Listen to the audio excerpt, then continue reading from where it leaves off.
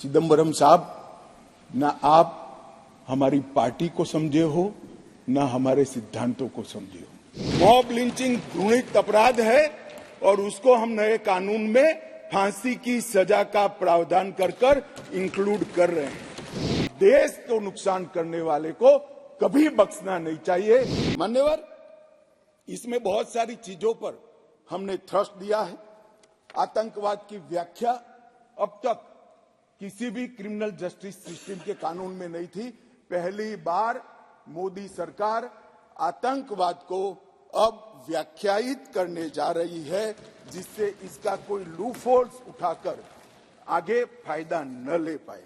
मान्यवर, इसके साथ साथ राजद्रोह को देशद्रोह में बदलने का काम किया। पहले राजद्रोह की व्याख्या थी, मैं आगे डिटेल में बताऊंगा।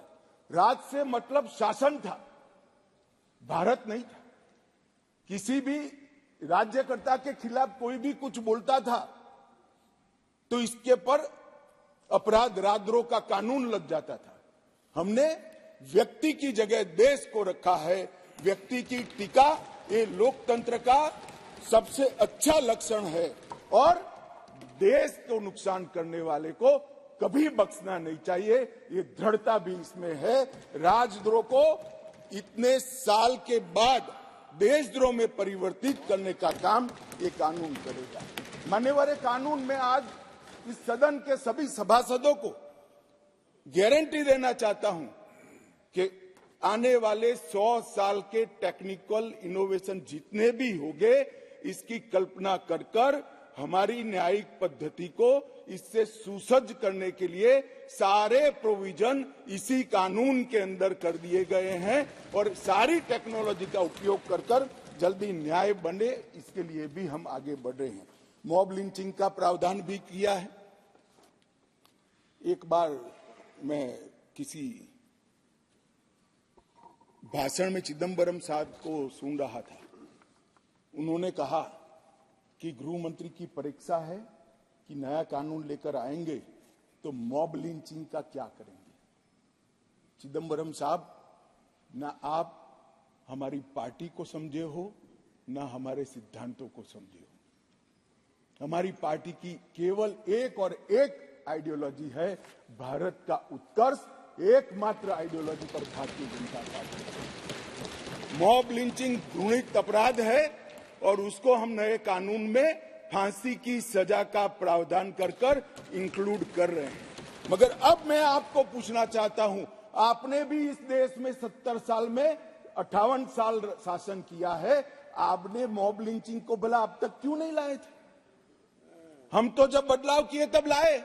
मॉब लिंचिंग शब्द का उपयोग हमें गाली बोलने के लिए तो खूब किया, मगर जब सत्ता में आए तब भूल गए।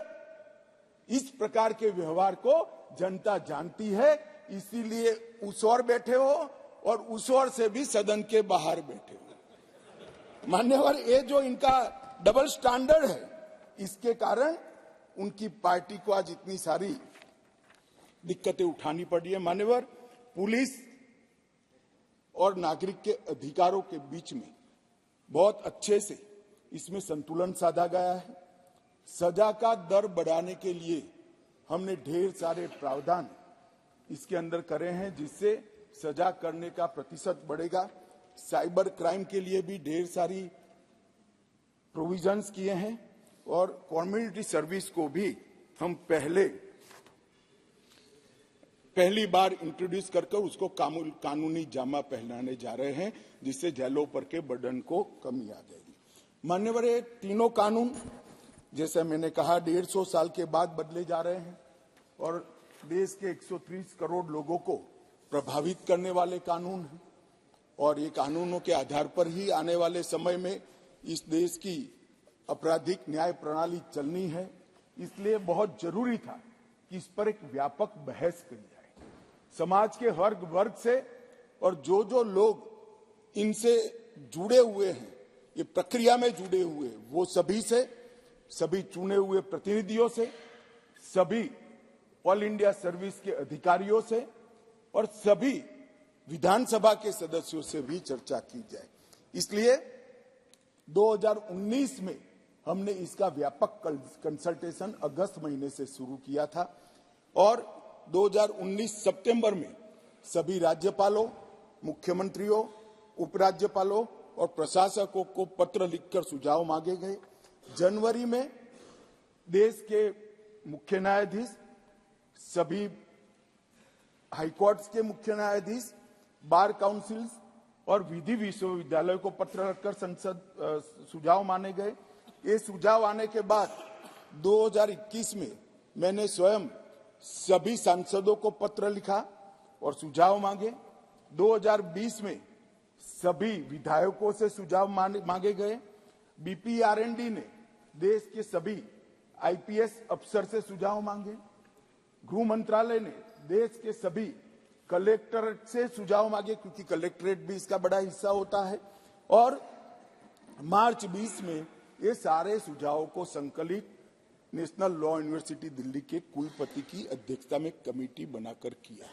और उसके बाद लगभग 18 राज्य, 6 संघ राज्य, सुप्रीम कोर्ट और 16 उच्च न्यायालय, 5 न्यायिक एकेडमीज, 22 विधि विश्वविद्यालय, 42 संसद सभ्य और लगभग 200 के आसपास आईपीएस अफसरों ने अपने सुझाव मुझे भेजे।